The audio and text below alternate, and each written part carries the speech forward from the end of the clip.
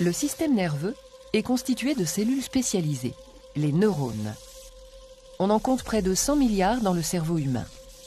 La fonction principale des neurones est de transmettre un message nerveux.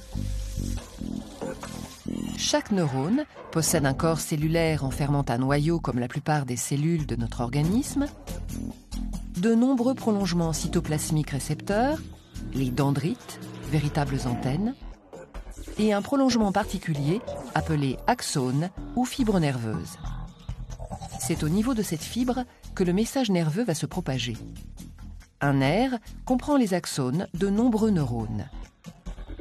Le message nerveux est l'ensemble des informations qui transitent de cellules nerveuses en cellules nerveuses. Ce message est de nature électrique le long d'un neurone. Il se propage toujours dans le même sens, des dendrites vers la terminaison nerveuse en passant par le corps cellulaire et l'axone. Voyons de plus près à quoi ressemble ce message nerveux. Le long de la fibre nerveuse tout d'abord. Puisqu'il s'agit d'un signal électrique, on peut l'enregistrer grâce à un voltmètre. Lorsqu'on place 2 microélectrodes de part et d'autre de la membrane plasmique, on enregistre une différence de potentiel égale à moins 70 millivolts quand la fibre est au repos. La face interne de la membrane est donc électronégative par rapport à la face externe. Si on applique une stimulation d'intensité suffisante, la différence de potentiel monte brièvement à 100 millivolts avant de revenir au potentiel de repos. C'est ce qu'on appelle le potentiel d'action qui constitue l'unité élémentaire du message nerveux. Cette variation de potentiel membranaire dure environ 1 milliseconde. En dessous d'un certain seuil de stimulation, il n'y a pas de message, pas de potentiel d'action créé. Au-delà d'un certain seuil, il y a création de potentiel d'action, tous toujours de même durée et de même amplitude. Le potentiel d'action, une fois créé, se déplace le long de l'axone vers la terminaison nerveuse.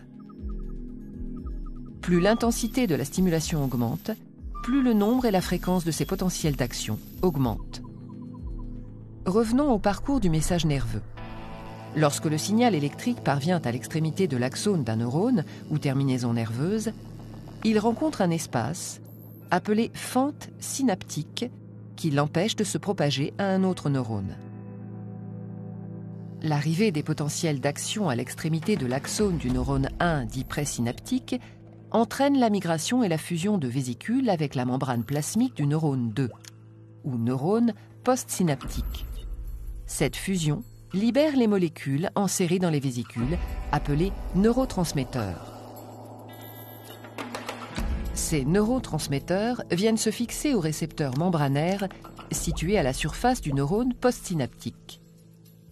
Cette fixation déclenche une réponse électrique dans le neurone postsynaptique et éventuellement, si cette réponse est d'amplitude suffisante, la création de potentiels d'action.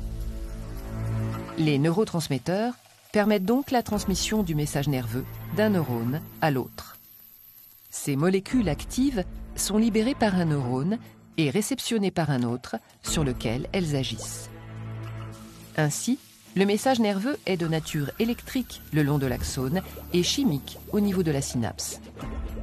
Une synapse peut être excitatrice si elle entraîne l'activation du neurone ou inhibitrice si au contraire elle la diminue. Un neurone étant relié à des milliers d'autres neurones, il réalise à tout instant une synthèse des informations reçues. On dit que le neurone intègre l'ensemble des messages électriques reçus par l'intermédiaire de ses dendrites. Ce processus d'intégration se réalise au niveau du corps cellulaire. Le neurone a donc pour fonction de traiter et propager les messages nerveux. Si la stimulation globale perçue est excitatrice, il génère un train de potentiel d'action ou message nerveux.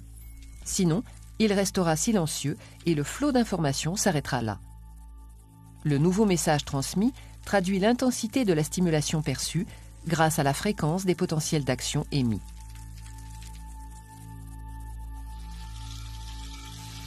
Le message nerveux qui se propage dans un incroyable réseau de fibres et de connexions résulte donc d'activités électrochimiques.